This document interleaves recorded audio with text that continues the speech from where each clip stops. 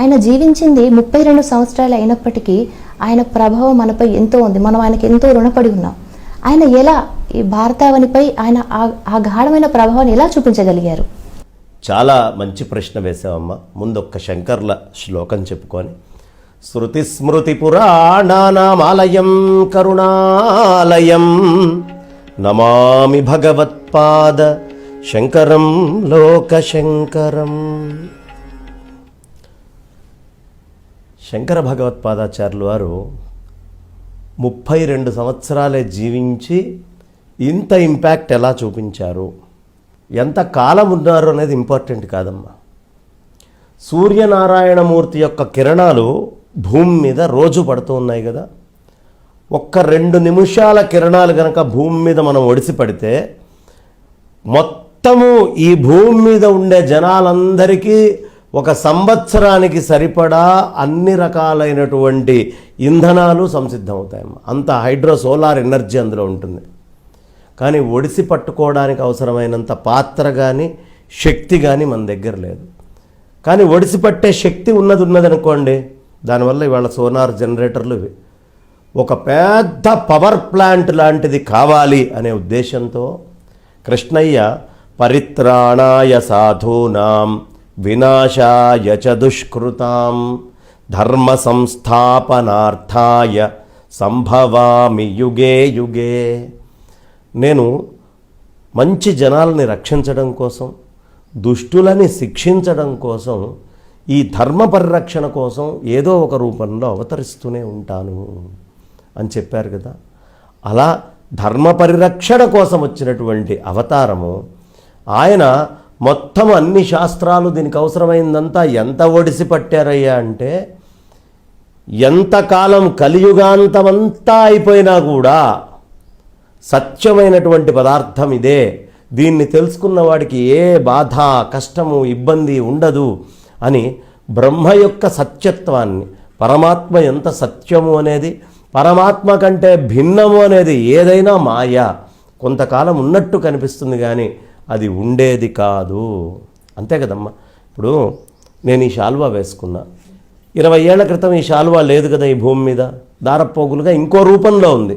అవన్నీ రూపాంకురం చెంది ఈ రూపానికి వచ్చింది. ఈ రూపం ఇంకో 100 ఏళ్ళు అయిన తర్వాత ఉంటుందనే నమ్మకం ఉందా?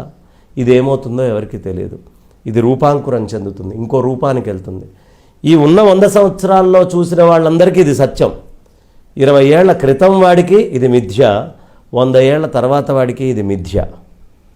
తాత్కాలికంగా సత్యంగా కనిపించేటటువంటిదంతా ఈ జగత్తయ్యా, కానీ ఇది మిథ్య, రూపాంకురం చెందుతూ ఉంటుంది అనే విషయాన్ని మనకి శంకరాచార్యులు వారు చక్కగా తేలిగ్గా అర్థమయ్యేట్టుగా చెప్పారు. ఇంత ఇంపాక్ట్ ఆయన వదిలిపెట్టడానికి 32 ఏళ్లలో చిన్న వయసు నుంచి అద్భుతాలు లీలలు ఇవన్నీ చేశారమ్మా శంకర్లు. అసలు పుట్టడమే వాళ్ళ తల్లిదండ్రులు పెద్ద తపస్సు చేస్తే అక్కడ ఆ అనుగ్రహించి ఆయన పుట్టారు దక్షిణామూర్తి రూపంలో. ఆ తర్వాత అమ్మవారి యొక్క స్తన్యం తీసుకున్నారు పార్వతీ అమ్మవారి. ఆ తర్వాత పేదరాలు ఒక ఆవిడ ఉంటే ఆవిడకి కనకధారాస్తవంతో వృష్టి కురిపించారు. ఆ వృష్టి కురిపించడమే గొప్ప అనుకుంటే నీళ్లల్లో ఒక మాయామొసల్ని సృష్టించి అమ్మ చేత అనుగ్రహం తీసుకొని సన్యాసాశ్రమం తీసుకున్నారు. అదే గొప్ప అనుకుంటే పెద్దగా నర్మద పొంగుతోంది, ఒక్క కమండలాన్ని ఇట్లా విసిరి నర్మదలో ఉన్న నీళ్ళన్నీ కమండలంలోకి తీసుకొని బంధించి పెట్టారు. మళ్ళీ నర్మదని వదిలిపెట్టారు. శంకరాచార్యులు వారు చేసినటువంటి లీలలు 1-2 కాదమ్మా, అపారం.